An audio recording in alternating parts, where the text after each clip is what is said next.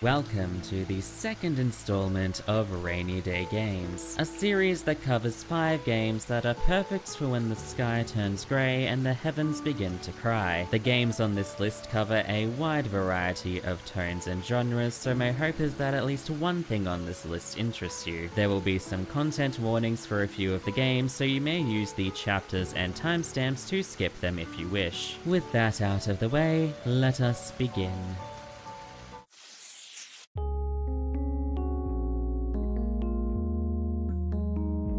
Necrobarista is a heavily stylized visual novel developed by Route 59 and published by Coconut Island Games. It centers around a cast of interesting and diverse characters set in a back alley cafe in Carlton, Victoria. This hipster hotspot is the place where the dead can spend their final moments before moving on. In this rendition of the afterlife, the departed have 24 hours left on this plane of existence. Staying longer will incur a debt to the Council of Death.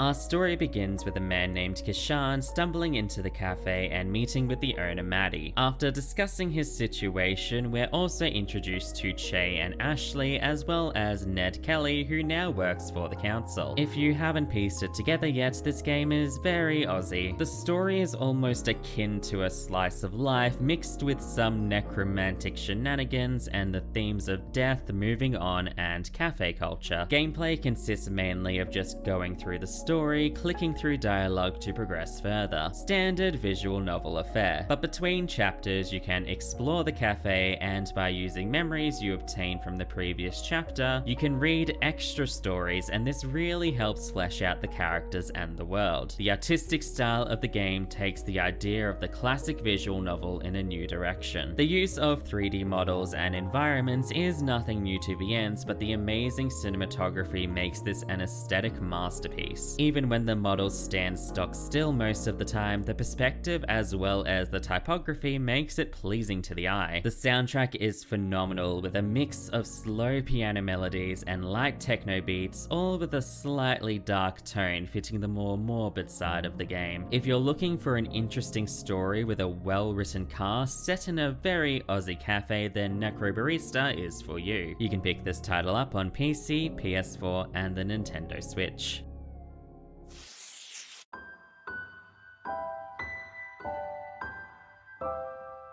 Calico is a community sim game developed by Peachy Keen Games and published by Whitethorn Digital. We would also like to thank them for sending us a key for this lovely game. Now, Calico is a very bizarre game in all the right ways. You begin by creating a character, then talking with Kiva, the mayor of Hart Village. She explains that you've inherited the cat cafe from your auntie and that you are tasked to make it your own. After doing a bit of decorating and finding some animals to populate the cafe, she tells you to meet with the rest of the townsfolk. This is when you can acquire different tasks and slowly open up more of the world to explore. Now, what seems like a simple task of finding a way to clear a blocked path will end with you getting a magic potion to give to one of your pets to make them large, charging through, breaking the blockade, and then finding a polar bear family that you can also bring back to the cafe. Did I mention the game is a bit bizarre? I also want to give very big praise for the great LGBTQ+ representation and the body positivity throughout the whole game. Gameplay is fairly simple, just go to place, do the thing, find a new animal or 10, profit. You can use money to buy new furniture for the cafe, clothing items, and potions to do some wacky stuff. Want to take an animal with you? They could follow you, or you can put them on your head. The weird and absurd tone of the game really keeps things interesting, and while the controls can be really janky, it's a super charming experience. The pastel themes and simplistic graphics is very easy on the eyes. The ragdoll physics on the animals is just hilarious, and this running animation, 10 out of 10. The music shifts between the different biomes and the time of day. The tracks are very light and bubbly, with sound effects like the different animal noises being very adorable. This game set out to be a cutesy, fun cafe sim and has achieved that in its own unique and off-kilter way. Calico is available on PC and Mac.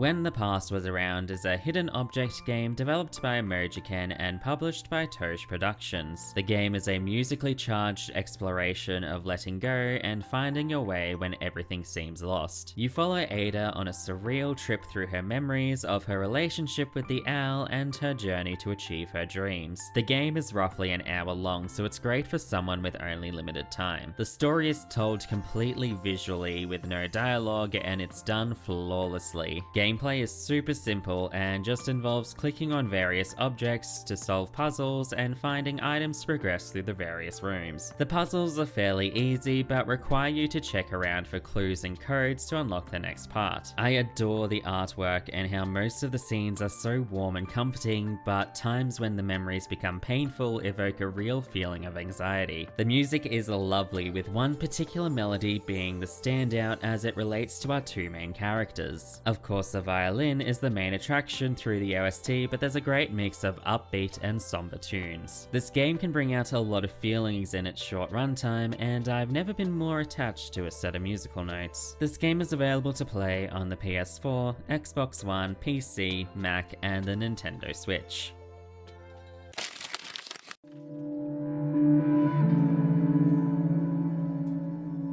Cloud Garden is a simulation game developed and published by Noio. Now, story-wise, there really isn't one. There are two types of game modes, campaign and sandbox. In the campaign, the main aim is to use seeds to overgrow various dioramas. At the start, you only have one type of plant, but as you progress through the levels, you unlock more with different growth properties. In these levels, you're tasked to fill an energy gauge by growing plants and flinging in a bunch of different objects to also cover with plants. You need to come into this title with the expectation that there isn't really a main point to this other than having fun and creating beautiful pieces of artwork. Sandbox mode is where you can get super creative and make your own scenes with all the items and seeds you've unlocked in the campaign mode. It can get very cluttered and messy, but I find it to be a lot of fun to try and balance all the items. Once you've completed your masterpiece, you can actually take photos and videos of them to share. I love the old school graphics, and the entire style fits well with the ruined world aesthetic. Even the menu is styled like an old PC system UI. The soundscape is this lovely mix of droning tunes and chimes that you can immerse yourself in. My favorite part is these sound effects, especially how all the seeds have a unique tune when they get planted. Cloud Garden is a great title if you just want something to relax with and mess around with some retro-styled post-apocalyptic dioramas. The game is available on PC and Mac.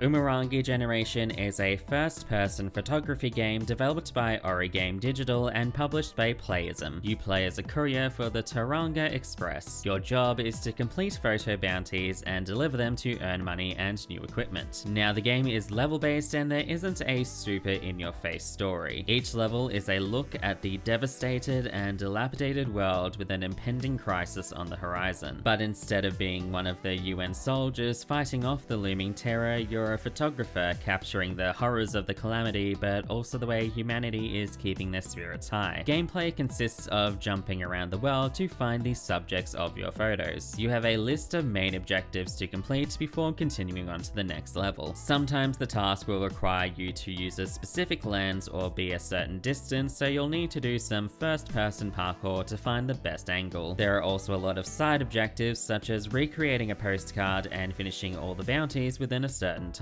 When you take photos, you can edit and alter them, and you unlock new ways to customize them as you play. The PS1 style graphics are a nostalgic treat, but don't limit how amazingly detailed everything can be. The music is so much fun, with a mix of funky techno, weirdly wonderful house, and chill beats to listen to during the end of the world. Umurangi Generation is a fantastic experience that lends itself well to multiple types of players. Whether you're a die-hard completionist or just want to take pretty pictures, the game caters to all. The game is available on PC and the Nintendo Switch.